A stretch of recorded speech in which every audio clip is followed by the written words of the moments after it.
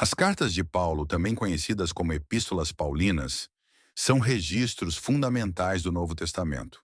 Escritas para igrejas e líderes cristãos, elas tratam de fé, esperança, amor, conduta moral e o plano de Deus para a humanidade. Cada carta tem um contexto específico.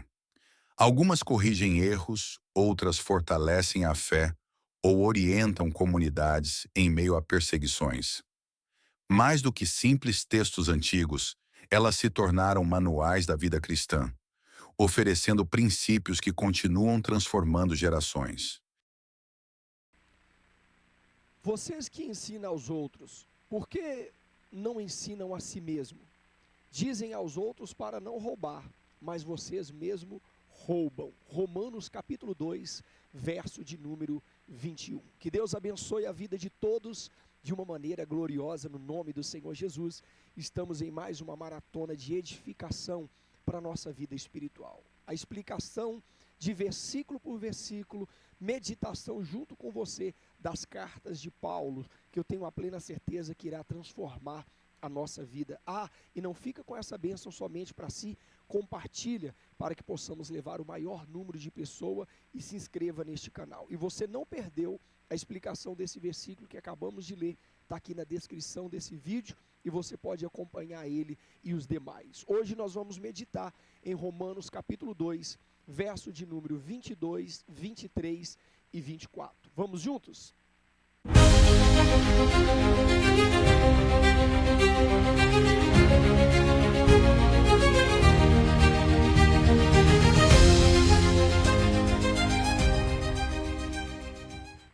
Vocês afirmam que está errado cometer adultério, mas vocês mesmos adulteram.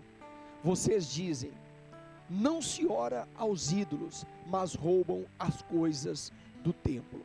Paulo continua abordando a incoerência dos judeus, ao apontar que, enquanto ensinavam contra o adultério e a idolatria, eles mesmos podiam estar praticando este pecado. Aqui Paulo toca em questão essencial da moralidade judaica. O adultério era proibido pela lei. A gente vê lá em Êxodo, capítulo de número 20, a partir do verso de número 14, se não me falha a memória. E a idolatria era dos maiores pecados, né? No livro de Deuteronômio, a partir do capítulo de número 5, a gente vê que era um dos maiores pecados.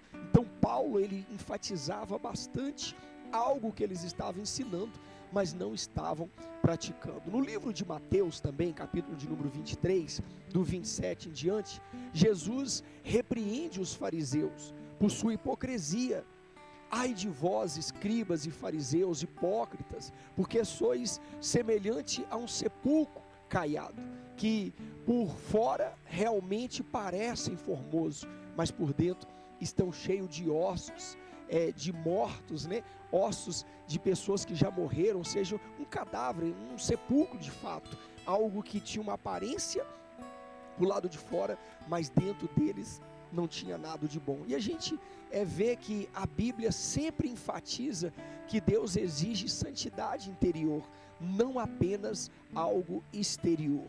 Na verdade, começa de dentro para fora, e as pessoas procuram muito e se preocupam, na verdade, com aquilo que é externo e não algo que está dentro.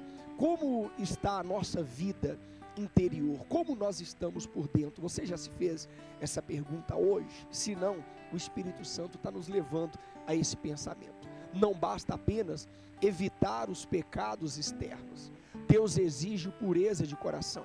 O que está em nosso coração pode ser mais importante do que nossas ações externas, pois é ela que prevê as atitudes e os nossos comportamentos. Olha para você ver como é uma coisa que a gente tem que pensar todos os dias. Quando a gente vê uma pessoa, às vezes nervosa, chateada, machucando a outra com palavras, e a gente olha para ela e fica meio impressionado, a gente não imagina que dentro pode estar muito pior do que aquilo que nós estamos vendo para o lado de fora. Agora nós vamos ver o verso de número 23 do capítulo de número 2. Diz assim: vocês que têm tanto orgulho de conhecer a lei, desonra a Deus quebrando a lei. Olha que forte. Paulo questiona se os judeus que se gloriavam em possuir a lei de Deus estavam realmente honrando a Deus com a sua vida. O fato de transgredirem a lei desonra o nome de Deus. Isso revela que a obediência à lei não era apenas uma questão de comportamento, mas refletir a santidade de Deus no mundo, através deles, e Paulo faz eles pensar dessa forma. Você pode ver que lá no livro de Ezequiel, capítulo de número 36, Deus fala sobre o desonrar, quando nós desonra, causando pelo pecado, ou seja, pela imoralidade. Depois você confere para você ver, dizendo que as nações blasfemavam contra ele por causa da impureza de Israel. Em Romanos também, capítulo de número 2, verso de número 24, Paulo cita a mesma base do que Deus falou em Ezequiel. Paulo volta a falar. Isaías 52 também reforça a esse respeito, mostra como a desobediência do povo traz a vergonha do nome de Deus. E hoje, essa desobediência continua desonrando a Deus, ao Senhor Jesus, o Espírito Santo. Será que nossas ações estão refletindo a santidade de Deus? O que nós estamos fazendo? A maneira como vivemos pode fazer com que outros vejam Deus de maneira positiva ou negativa. É isso que nós temos que se preocupar.